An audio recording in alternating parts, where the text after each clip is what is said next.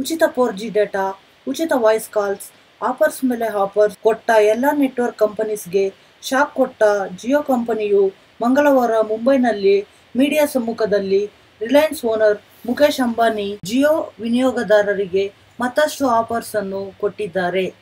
March 31, 2017ರಂದು happy new year offer ಮುಗಿಯುತ್ತಿದ್ದು, ಹಾಗೆ ಮತ್ತೊಂದು ಆಫರ್ ಅನ್ನು ಅನೌನ್ಸ್ ಮಾಡಿದ್ದಾರೆ. ಏರ್ಟೆಲ್ ಐಡಿಯಾಗಳ ಜಗಳ ನಡೆಯುತ್ತಿರುವಾಗಲೇ ಜಿಯೋ ಇನ್ಫೋಕಾಮ್ ಮತ್ತಷ್ಟು ಆಫರ್ ಅನ್ನು ಕೊಡುತ್ತಿದೆ.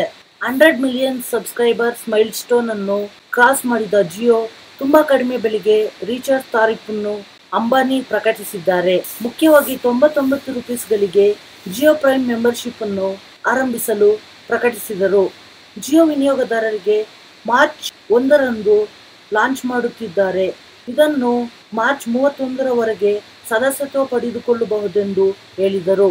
ಇದರ ಮೂಲಕ ಮಾರ್ಚ್ 2018ರವರೆಗೂ ₹99ಗಳ ರೀಚಾರ್ಜ್ಗಳೊಂದಿಗೆ ಸದಸ್ಯತ್ವವನ್ನು ಪಡೆದುಕೊಳ್ಳಬಹುದು. ಇದರ ಜೊತೆ ಅನ್ಲಿಮಿಟೆಡ್ ಸೇವೆಗಳನ್ನು ಕೊಡುತ್ತೇವೆ ಎಂದು ಪ್ರಕಟಿಸಿದರು.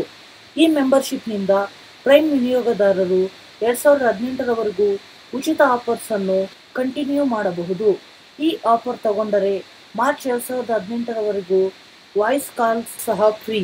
ಜಿಯೋ ಫಸ್ಟ್ ಟೈಮ್ ಸದಸ್ಯತ್ವವಾಗಿ ಜಾಯಿನ್ ಆಗುವವರು ₹303ಗಳೊಂದಿಗೆ ಈ ಸೇವೆಗಳನ್ನು ಪಡೆಯಬಹುದು.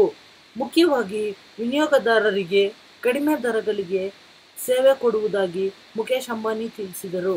ಮತ್ತಷ್ಟು ಇಂಟ್ರೆಸ್ಟಿಂಗ್ ಟಾಪಿಕ್ಸ್ಗಾಗಿ MNV ಪಿಕ್ಚರ್ಸ್ಗೆ ಸಬ್ಸ್ಕ್ರೈಬ್ ಆಗಿ.